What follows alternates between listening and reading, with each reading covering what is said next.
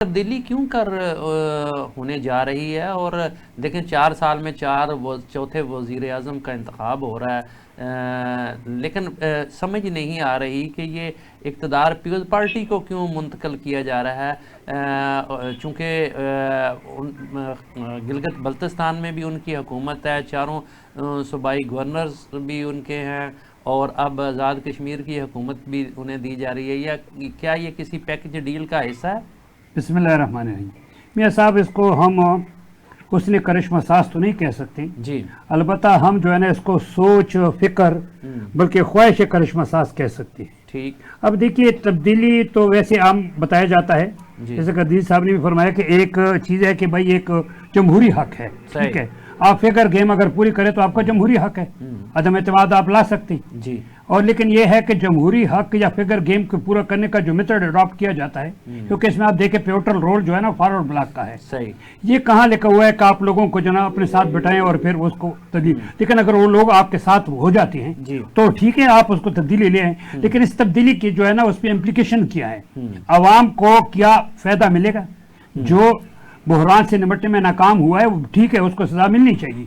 जमहूरियत के अंदर एक प्रोसेस है कि जी अगर आप एक सही डिलीवर नहीं कर सकते हैं तो मुआखजा हो सकता है, और वो अदम एतमाद की सूरत में होता है। दूसरी बात यह है कि अगर वो क्या अवाम को फायदा मिलेगा और इस्तेकाम बरकरार रहेगा, या एक नया इस्तेकाम जो है ना कि इसके बदले में अदम इस्तेकाम पैदा होगा, कहीं ऐसा ना हो। और इसमें एक चीज़ और भी है, वो ये है कि देखिए जैसे गद्दी साहब ने फरमाया, मैं भी इस चीज़ की हिमायत करूंगा कि असम्बली तोड़ना तो ये है कि मैंडेट का कत्लेआम है, मैंडेट को कत्ल करने वाली बात है ना, कि एक आदमी अपने आप को बचाने के लिए कह रहे कि जी मैं नहीं, ठीक है, उसको भी साइड पे होना चाहिए। अगर उसकी एतमाद नहीं रहा मेम्बरान का उन पे, ये मेम्बरान का अपना एक तरीक़ेकार है, कोई किसके साथ जाते हैं, लेकिन अगर एतमाद नहीं रहा इस पे तो उसको मेरे ख्याल में साइड पे बाकी ऑप्शन सारे अपनी जगह पर मौजूद हैं। लेकिन बंगई साहब, मुझे ऐसे लग रहा है जैसे ये तय पा चुका है, उनके पास और कोई रास्ता नहीं बचा मुस्तफ़ी होने के सिवा, क्योंकि अगर वो असम्बली डिज़ाल्व करने की तरफ जाते हैं तो उससे पहले ही तरीके अदम एतमाद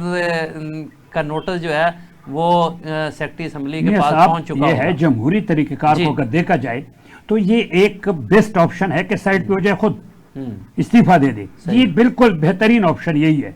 और दूसरा ऑप्शन ये है कि अदम एतमाद आ जाएगा तो चला जाएगा, और पीपल्स पार्टी को वैसे भी जो केपी में उनको नाकामी हुई थी तो शायद वो गुस्सा यहाँ पे कश्मीर में निकालना चाहते हैं। सही, ये भी तो हो सकता है। सही।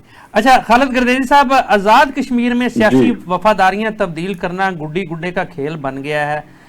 हमने अक्सर देखा है कि चूंकि इस बार भी ये चौथा प्राइम मिनिस्टर मुंतखब होने जा रहा है तो ज़रा सी हलचल होती है और वहाँ वफादारियां तब्दील होना शुरू हो जाती हैं। इसके पीछे क्या अवामल कार फरमा है? क्या वहाँ के सियासतदान जो है इन मेच्योर हैं, कोई और मामला है क्या? काज क्या है इसकी? देखें मियाँ साहब, ये जो है ना सियासी मैच्योरिटी की बात नहीं है, बल्कि ये हालात ऐसे रहे कि जब पीपल्स पार्टी तहरीक इंसाफ की हुकूमत बनी आज़ाद कश्मीर के अंदर, तो पाकिस्तान में भी तहरीक इंसाफ की हुकूमत थी। तो आज़ाद कश्मीर के अंदर तो ये रिवाज है कि पाकिस्तान में जिसकी हुकूमत होती है तो लोग उन्हीं की तरफ हो जाते हैं, उसी पार्टी की तरफ हो जाते हैं और उनको जितवा देते हैं। अब हुआ ये कि जब तहरीक इंसाफ की हुकूमत बनी तो उसके बाद आज के जो अब के वजीर आज़म है, इन्होंने एक साजिश रचाई अब्दुल क़य्यूम नियाज़ी साहब जो उस वक्त के मिनिस्टर थे, प्राइम मिनिस्टर थे, उनके खिलाफ। अच्छा जी। और नतीजा ये निकला कि तनवीर इलियास साहब प्राइम मिनिस्टर बन गए जी। अब तनवीर इलियास साहब जब प्राइम मिनिस्टर थे तो पाकिस्तान में तहरीक इंसाफ की हुकूमत खत्म हो गई जी। और आपको पता है कि पाकिस्तान में तहरीक इंसाफ के साथ जो अशर हुआ वही आज़ाद कश्मीर में भी हुआ। सही। और उसके बाद जो है ना वो उनको भी एक अदालती हुक्म के जरिए हटा दिया गया जी।